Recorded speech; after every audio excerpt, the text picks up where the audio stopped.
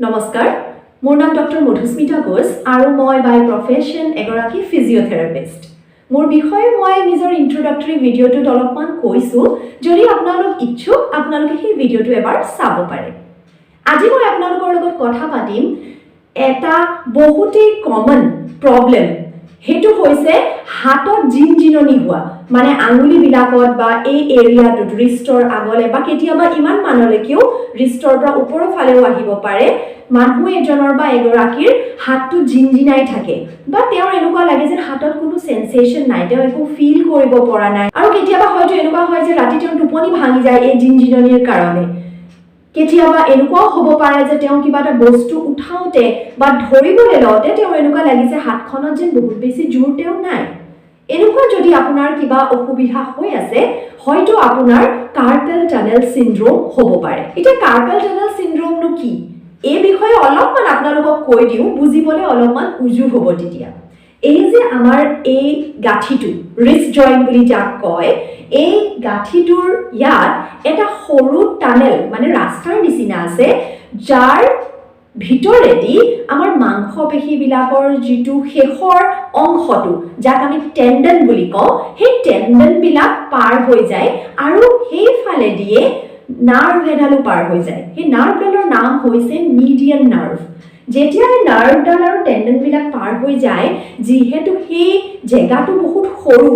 কিবা কাৰণত যদি তাত নাৰ্ভডাল হেঁচা খাই যায় তেতিয়া কি হয় এই ৰিষ্টৰ এই এৰিয়াটোৰ পৰা আগলে মানে আঙুলি বিলাকত বিশেষকৈ থাম ইনডেক্স মিডল আৰু ৰিং ফিংগাৰৰ আধা এইটো সাইডটো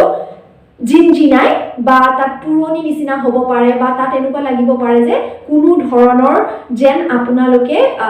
সেন্সেশন ফিল কৰিব পৰা নাই মানে একো যেন অনুভৱ কৰিব পৰা নাই ঠিক আছে আৰু যেহেতু নাৰ্ভ এডালে সেন্সেশনৰ লগে লগে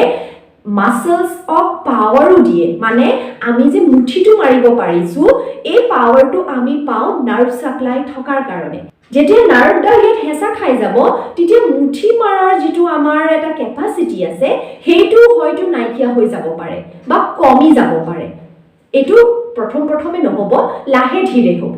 এই কণ্ডিশ্যনটো কোৱা হয় কাৰ্পেল টানেল সিনড্ৰোম সচৰাচৰ এনেকুৱা অসুবিধা দেখা যায় মহিলাবিলাকত মই কোৱা নাই যে পুৰুষত নহয় কিন্তু বেছি শতাংশ মহিলাত হয় আৰু গৰ্ভাৱস্থাৰ সময়ত মহিলাবিলাকে এনেকুৱা অসুবিধাত বহুবাৰ ভোগা দেখা যায় কাৰণ গৰ্ভাৱস্থাত কি হয় হৰমোনছৰ বহুত খেলিমেলি হয় আমাৰ শৰীৰত উঠা নমা হয় যাৰ বাবে শৰীৰত বহুত মাত্ৰাত পানী ৰৈ যায় আৰু সেই পানীখিনিয়ে এই জেগাটোত নাৰ্ভডাল হেঁচা মাৰি ধৰে এতিয়া কথা আহিল গৰ্ভাৱস্থাৰ বাহিৰে কেতিয়া কাৰ্পেল টানেল সিনড্ৰোম হ'ব পাৰে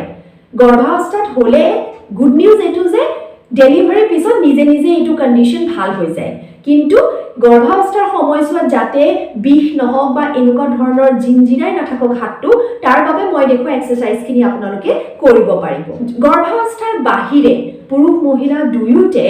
এই কাৰ্পেল টানেল সিনড্ৰোম হ'ব পাৰে যদিহে তেওঁ ৰিষ্ট মুভমেণ্ট খুব কৰে মানে এই গাঁঠিটোক ৰিষ্ট বুলি কোৱা হয় যদি ৰিষ্টৰ খুব মুভমেণ্ট থকা তেওঁ কাম কৰে মানে ধৰক তেওঁ ঘৰুৱা কাম বন কৰে বা তেওঁ কিবা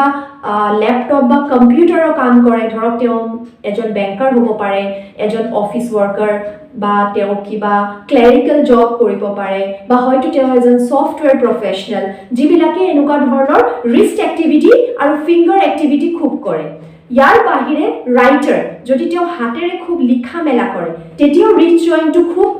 ইউজ হয় আৰু কিছুমানে অলপ বেয়া পশ্চাৰত লিখে মানে হাতটো এনেকে কৰি পেলাই লিখে তেনেকুৱা ধৰণৰ কিবা কাৰণত কাৰ্পেল টানেল সিনড্ৰোম হ'ব পাৰে ইয়াৰ বাহিৰে যদি তেওঁ এজন লেবাৰৰ বা তেওঁ ভাইব্ৰেশন থকা কিবা মেচিন বা ট্ৰেক্টৰ চলাই তেনেকুৱা ধৰণৰ মানুহৰো এনেকুৱা কাৰ্পেল টানেল সিনড্ৰোম দেখা দিব পাৰে সো এই কাৰ্পেল টানেল সিনড্ৰোমত প্ৰথমতে কি হয় আৰম্ভণিতে যেতিয়া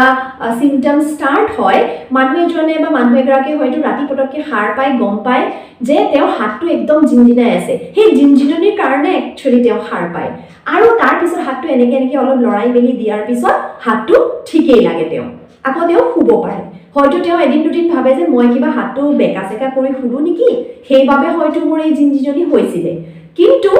যেতিয়া এইটো খুব সঘনাই হ'বলৈ লয় তেতিয়া তেওঁ বুজি পায় যে নাই নাই কিবা এটা অসুবিধা মোৰ নিশ্চয় হৈছে এই ৰাতি হোৱা অসুবিধাখিনি পিছলৈ গৈ দিনতো হ'বলৈ লয় আৰম্ভণিতে অকল ৰাতি হৈছিলে তাৰ পিছত দিনতো হ'বলৈ লয় যেতিয়াই তেতিয়া তেওঁ এনেকুৱা ফিল হয় যে তেওঁ জিনজিননিটো হৈ আছে বা তেওঁ হয়তো হাতেৰে কিবা অনুভৱ কৰিব পৰা নাই তেওঁ হয়তো কিবা এটা বুটাম এটাকে ধৰক লগাওঁতে কিবা যেন হাতৰ আঙুলিবিলাকত জোৰ নাইকিয়া যেন লাগিছে তেনেকুৱা ধৰণৰ অনুভৱবোৰ তেওঁৰ হয় এতিয়া এক্সাৰসাইজ কি কৰিব এনেকুৱা যদি আপোনাৰ হৈছে পোন প্ৰথমে মই অলপ বেকাকে বহি লৈছো দেখাবলৈ উজু হ'ব এনেকে আপুনি মুঠি এটা মাৰি ল'ব মুঠি মাৰি আপোনালোকে কি কৰিব হাতকিটা মানে মুঠিকিটা ওপৰ তল কৰিব এই ধৰণে এইটো ওয়াৰ্ম আপ এক্সাৰসাইজ বুলি কোৱা হয় মানে যিকোনো এক্সাৰসাইজ কৰাৰ আগতে আমি অলপমান এই জায়গাটো যাতে তেজৰ চলনটো ভাল হওক সাৰ্কুলেশনটো ভাল হওক ব্লাড সাৰ্কুলেশন সেইভাবে আমি অলপমান ওয়াৰ্ম আপ কৰো সো যি ধৰণে বাইক এখন বা স্কুটি এখন চলোৱা হয় তেনেকুৱা এটা মুভমেন্ট আপোনালোকে কৰিব পাৰে ওপৰ তল ঠিক আছে 10 বাৰ তললৈ কৰিলে 10 বাৰ ওপৰলৈ কৰিলে নেক্সট এক্সাৰসাইজটো আপোনালোকে কি কৰিব পাৰিব এই ধৰণে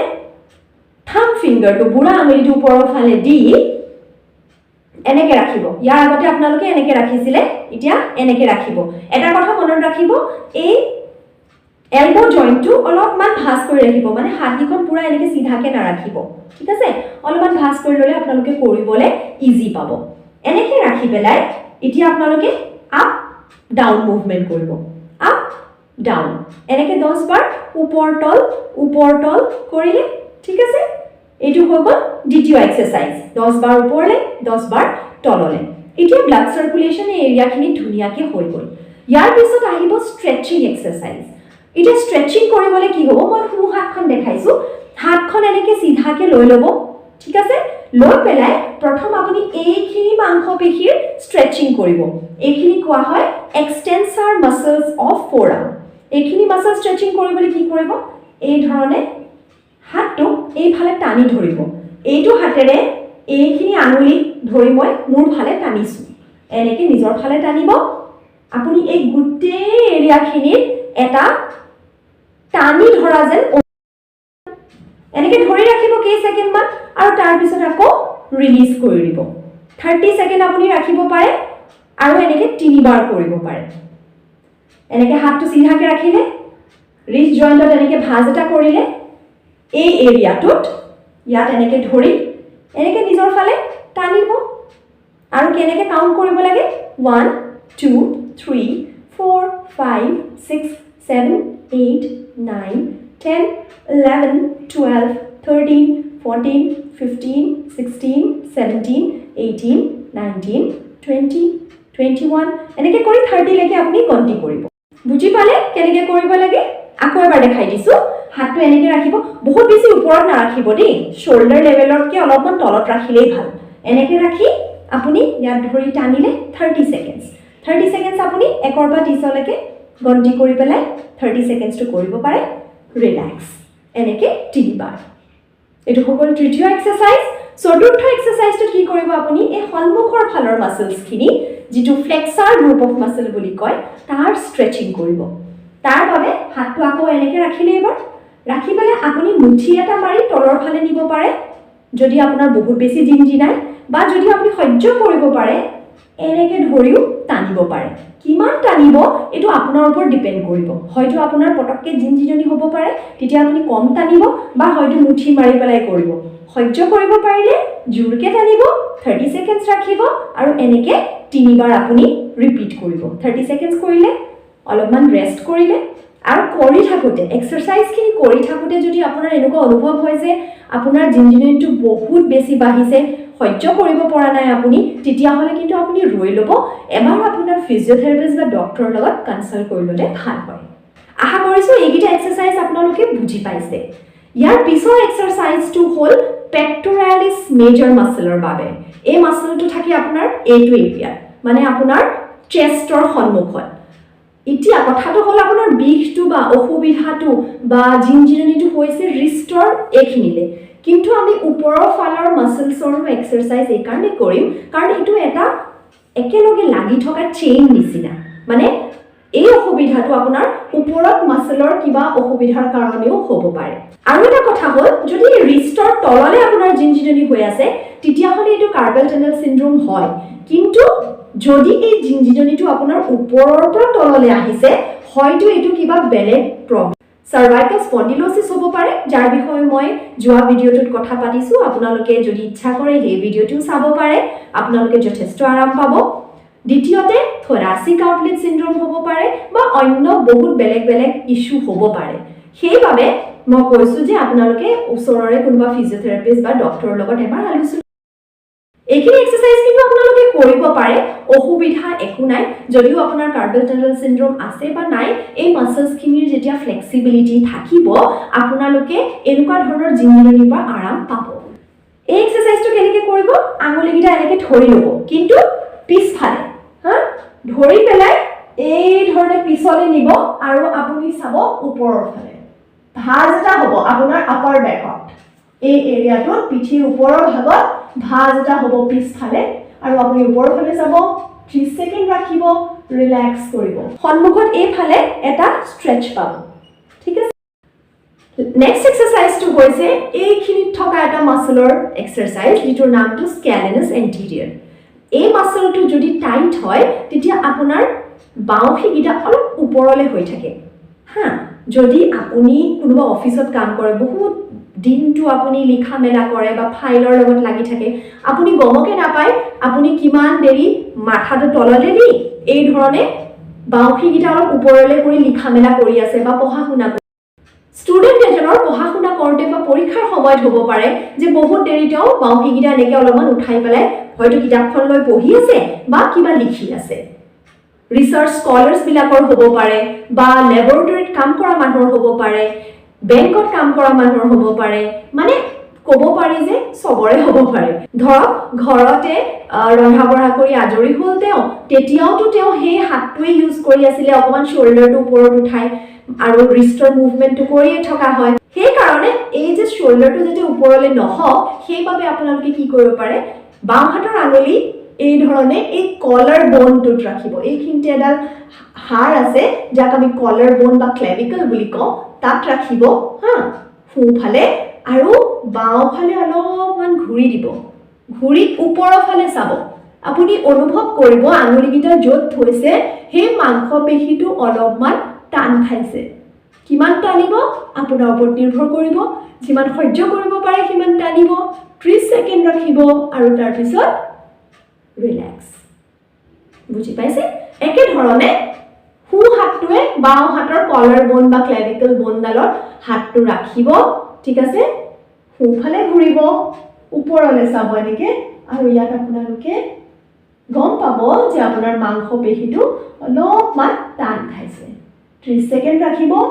ৰিলেক্স কৰিব